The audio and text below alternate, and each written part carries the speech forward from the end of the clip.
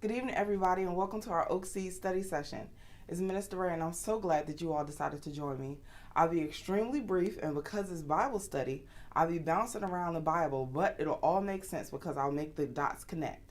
So we're still in our series, Christ with Us, and while we're in this series, we are going to discuss how Jesus appeared to his disciples. Now, we'll be in the New Testament, so we'll be between John, Matthew, and Luke. I know it sounds weird, but it'll all come together. We'll be reading from the New Living Translation as well. So tonight's lesson is Jesus knows where to find you. Yes. See, a lot of times people think that you have to be in one place or that if you're someplace that God can't find you. But guess what? God can find you no matter where you are. And he'll find you for a greater purpose unbeknownst to yourself. And so now we're going to delve into the Word of God. And this time we're going to start out. Even though we're in John chapter 21, we're going to take it back before we come back to John 21. I know it doesn't make sense, but it'll make sense. So the focus is John chapter 21. However, we're going to go back before we move forward. You got it that time? Okay, great. So in John chapter 21, the disciples are out on the water, right? So they go to the Sea of Galilee. Peter says, look, I'm about to get ready to go fishing. But before we even do that, in John chapter 20, we made sure that Jesus revealed himself after the resurrection. He appeared first to the women. You know, he appeared to Mary Magdalene first. And then he showed himself to the disciples so that they would believe. The whole point of John chapter 20 and Jesus' post-resurrection appearances was so that the disciples and his followers would believe. And so now, we know that this is happening. But there's something that when we get to John chapter 21, that Jesus comes back to his disciples on the Sea of Galilee. I found it very illuminating when I read this and I studied it. So I hope you can understand where I'm going with this. The first thing is this: searching for Christ in familiar places. See, over the years, I've heard preachers and teachers teach the word saying that you don't want to go back into temptation. You don't want to go back to doing the old things that you used to do. But when I studied this and I read it and I saw the pattern, I realized that there may be something a little bit deeper. So if you don't mind, let's go deep for a little while and then we'll come back up for air. So one of the things about John chapter 21 that I found very illuminating is that Peter stands up out of all the disciples that are around him and he says, I'm going to go fishing. And my mind began to wonder. I said, this is the first time Peter went fishing. So delve with me if you want, because I told you I'm going to go against the grain today. So the first time we find Peter, Jesus actually finds him. And Jesus finds him in Matthew chapter 4, verses 18 through 22. And what did he find? He found Peter fishing. Yes, Peter was with his brother, and there were two other brothers, James and John, that were out fishing. And Matthew chapter 4, verses 18 through 20. One day, as Jesus was walking along the shore of the Sea of Galilee, he saw two brothers, Simon, also called Peter, and Andrew, throwing a net into the water, for they fished for a living. So Peter wasn't just out on the water because he just liked going out there to chill all day. He was out there because this is what he did for a career. It was his job. Now, verse 19, Jesus called out to them, come, follow me, and I will show you how to fish for people. And they left their nets at once and followed him.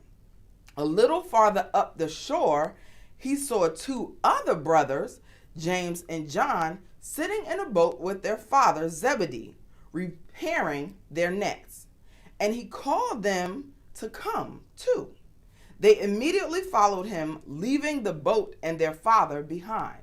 See, the first time Jesus finds his disciples, 4 of them at least, they were out doing what they already knew how to do, and that was fish. It was their livelihood. It was their career. It was their profession. These were business people, and they were operating in the purpose of their lives, or so they thought at the time. And Jesus let them know, even though this was your original purpose, I'm going to let you know what God's ordained purpose for your life really is. And Jesus specified it to Peter when he said, I'll make you fishers of men. I'll help you find fish of people. And so now he finds his closest disciples here, but then there was another instance where Jesus met them out on the water again. And so the second time Jesus assists his newly appointed disciples, it is at the beginning of Jesus' ministry. And at the beginning of Jesus' ministry, he was already in the process of doing miracles. You know, his first miracle was when he had to listen to his mother. His mother called him out and said, whatever my son tells you to do, do. And he said, it's not my time. And his mother was like, what I say? So now Jesus is out there. And now if you turn to Luke chapter 5, verses 4 through 6, we're still reading the New Living Translation. It says, when he had finished speaking, he said to Simon, now go out where it is deeper and let down your nets to catch some fish. Master, Simon replied, we worked hard all last night and didn't catch a thing.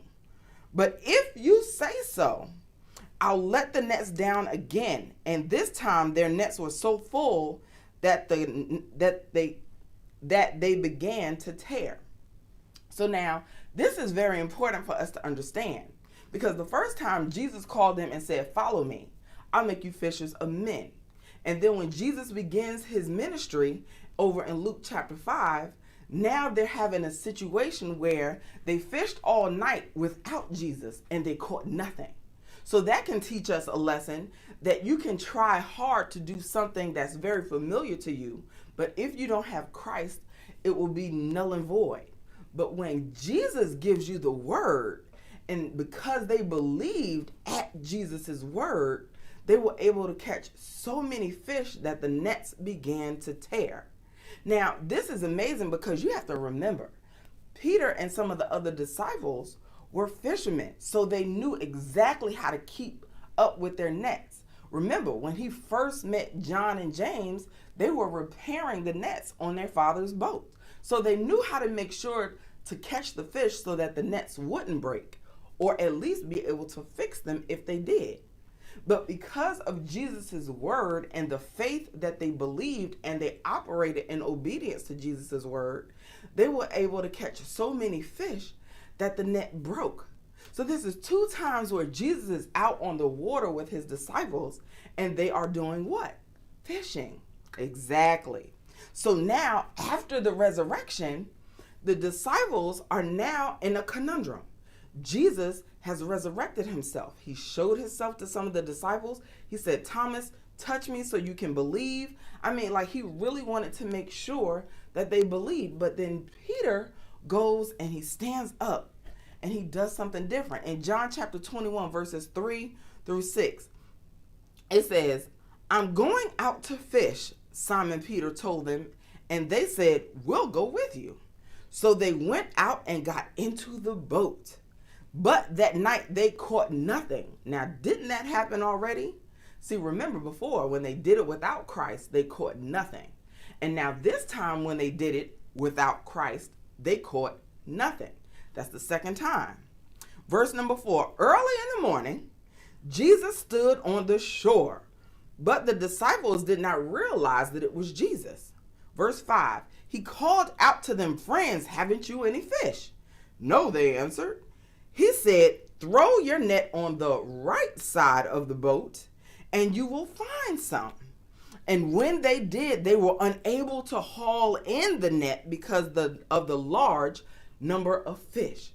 Now, the first time the fish were so many that not only did the nets begin to tear, but later on in Luke, you'll find out that the boats even began to sink because of the great haul. This time, because they went out fishing without Jesus, they were also able to catch a great haul of fish at Jesus's word, but this time they were able to haul in the fish. Now, I wanted to make sure that I brought up this argument and I said Jesus knows where to find you, because we have 3 different instances in the Bible where Jesus finds his disciples fishing.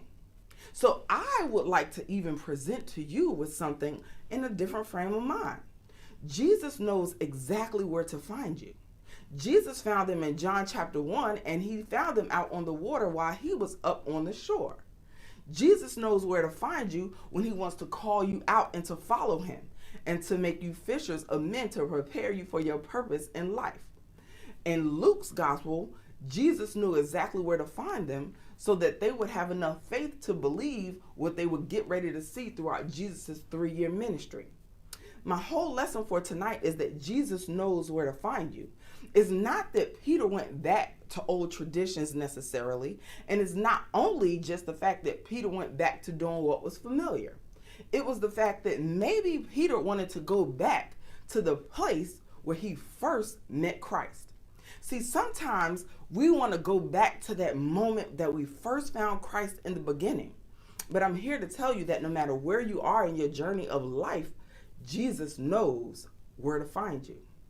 See, a lot of people argue that it was only because he was doubtful, it was because he rejected Christ and the cock crowed 3 times.